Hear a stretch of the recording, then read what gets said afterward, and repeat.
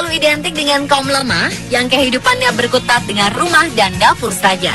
Jangan salah, wanita juga memiliki potensi yang bisa melakukan kegiatan yang dilakukan kaum pria. Beberapa wanita ini malah menjadi salah satu garda depan pelaku teror-teror yang menjadi mimpi buruk di beberapa negara. Inilah 7 wanita sangar pelaku teror fenomenal.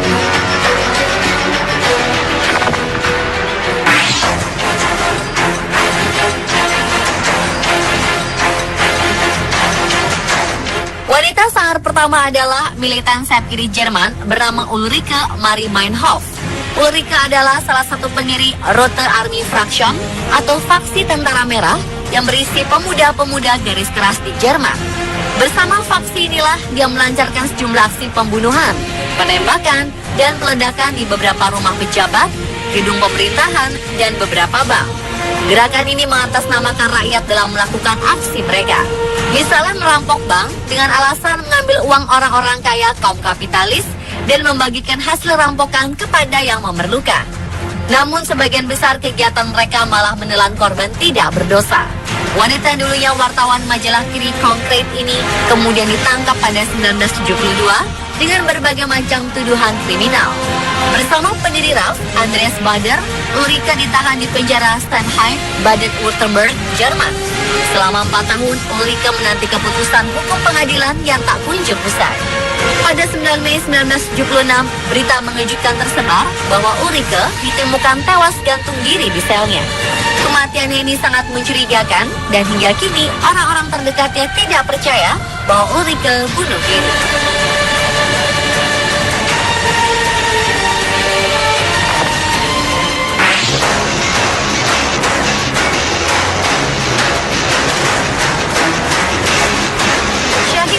Merupakan sekelompok wanita peneror di Rusia yang melakukan penyerangan untuk menarik perhatian pemerintah Rusia. Mereka merupakan wanita-wanita Chechnya yang sebagian besar merupakan janda dari korban serangan Rusia di Chechnya. Pemimpin kelompok ini bernama Roza Nagayeva dan Mariam Taburova. Tidak hanya menyerang, mereka juga disiapkan untuk menjadi pembawa bom bunuh diri dan meledakkan beberapa tempat umum. Salah satu penyerangan terbesar dilakukan pada September 2004. Mereka menyerang sekolah North Ossetia di Rusia yang menewaskan 334 warga sipil.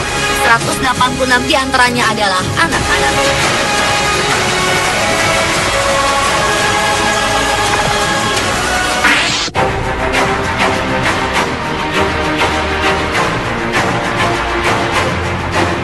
Perempuan sangar selanjutnya adalah Tenmoli Rasaratskinam alias Danu. Wanita ini merupakan salah satu anggota Macan Tamil yang merupakan kelompok separatis yang tidak suka pada pemerintah India. Danu ditunjuk menjadi eksekutor mantan Perdana Menteri India Rajiv Gandhi. Pada 21 Mei 1991, Rajiv Gandhi sedang melakukan kampanye pemilu di Sri Perumbudur, 30 mil dari Chennai, ibu kota Tamil Nadu. Ketika Rajiv Gandhi berjalan menuju podium, Danu menyamar menjadi salah satu wanita pendukung Gandhi yang ingin mengalungkan bunga. Pada karangan bunga dikalungkan pada Rajiv Gandhi, ternyata tersimpan bom yang pemicunya dipegang oleh Danu. Tepat pukul 10:21 pagi, bom tersebut meledak dan menewaskan 14 orang, termasuk Rajiv Gandhi dan dirinya sendiri. Momentum tewasnya Gandhi terekam kamera oleh seorang fotografer lokal yang juga tewas dalam insiden itu.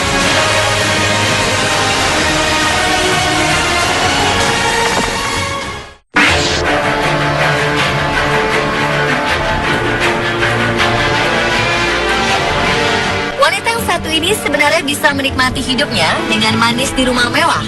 Namun Rose Duckdale, seorang putri jutawan Inggris, malah memilih menjadi pemberontak di negerinya. Dia bahkan melawan ayahnya sendiri dengan merampok rumah ayahnya. Rose menjadi radikal di awal tahun 1970-an saat kuliah di Oxford University. Setelah lulus, dia bergabung dengan gerakan sipil di Irlandia Utara yang dinamakan IRA. Bersama kelompoknya, ia terlibat ledakan stasiun Royal Ulster Constabulary, namun upaya ini tidak berhasil. Dengan memanfaatkan pengalaman yang masuk ke rumah-rumah jutawan yang menjadi teman dan kerabat ayahnya, Ross memimpin perampokan ke rumah-rumah jutawan, termasuk rumahnya sendiri. Karena ulahnya ini, polisi setempat menyebarkan selebaran yang berisi foto dan keterangan namanya di seluruh pelosok negeri. Ross akhirnya ditangkap dan dihukum 9 tahun pada 25 Juni 1974.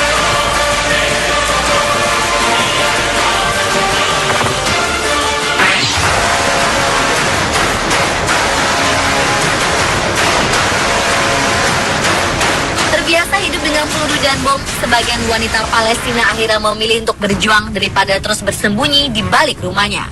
Fatima Omar Mahmud Al-Najjar adalah salah satu dari sejumlah perempuan Palestina yang berani terjun di perbatasan Israel-Palestina. Fatima tidak muda lagi, umurnya kira-kira 60 tahun, memiliki 9 anak dan lebih dari 40 cucu. Namun di masa tuanya, dia memilih menjadi seorang bomber dan meledakkan dirinya di dekat tentara Israel yang beroperasi di Gaza. Sebelum beraksi, nenek Fatima sempat merekam dirinya sendiri dengan jilbab putih dan bandana hijau terang bertuliskan Hamas. Pada video itu juga, dia terlihat menyandang senapan otomatis M16.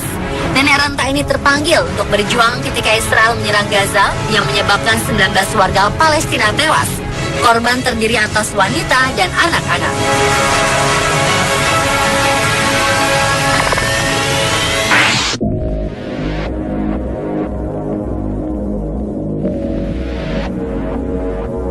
Perempuan yang satu ini bukan hanya bertubuh kekar dan menyeramkan, prestasinya juga cukup menyeramkan. Joanne Chesimard, atau dikenal sebagai Assata Shakur, menjadi perempuan satu-satunya masuk ke dalam daftar teroris paling dicari FBI, Biro Federal Amerika Serikat. Joanne adalah seorang pemimpin pembebasan hitam yang merupakan salah satu organisasi ekstremis yang bertanggung jawab atas pembunuhan lebih dari selusin polisi di tahun 1970-an hingga 1980-an. Di tahun 1973, dia ditangkap di jalan tol New Jersey oleh 2 polisi. Namun bukannya menyerah, dia dan temannya malah menembaki petugas-petugas itu. 4 tahun kemudian, Joanne berhasil diringkus dan dihukum penjara seumur hidup. Wanita ini berhasil melarikan diri di tahun 1979 dari penjara New Jersey dan bersembunyi di Amerika Serikat hingga tahun 1984. Setelah itu, dia diam-diam menyeberang ke Kuba dan mendapatkan suaka politik di sana. Setelah mendapatkan suaka politik, Joanne memamerkan kebebasannya dengan naik mimbar untuk berpura-pura berkhotbah di depan orang banyak. Mengetahui hal tersebut, FBI menawarkan hadiah sebesar $1 juta atau sekitar 14 miliar rupiah untuk informasi yang bisa membantu penangkapannya. Hadiah $1 juta lagi ditambahkan oleh pemerintah negara bagian New Jersey untuk informasi tentang keberadaan wanita ini.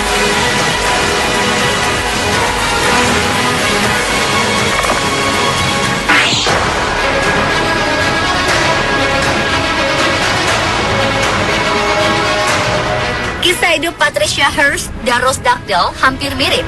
Patricia merupakan cucu dari Raja Media di Amerika Serikat, William Randolph Hearst. Kisah hidupnya berubah drastis ketika dia diculik oleh kelompok radikal bersenjata bernama Symbionese Liberation Army atau SLA. Pada Februari 1974, kelompok yang diketuai oleh Donald D. Vries ini menyerang apartemen Patty awal Patricia Hearst. Mereka menculik Patty dan memukuli tunangannya. Ketika berita Patty Hearst diculik diketahui publik, seluruh Amerika Serikat geger. 3 hari kemudian, para penculik menuntut ayah Patricia untuk memberi makan setiap orang yang membutuhkan di seluruh Amerika Serikat. Ayah Patricia menyanggupi hal tersebut, tetapi tidak berhasil membuat anaknya kembali. Patty malah memihak pada kaum teroris dan tidak mau pulang. Dia beberapa kali membantu kelompok ini untuk merampok bank. Sebuah CCTV bank menangkap sosoknya sedang memegang senapan. Setelah beberapa bulan mengikuti kelompok ini, Patty akhirnya berhasil ditangkap di sebuah apartemen bersama penculiknya.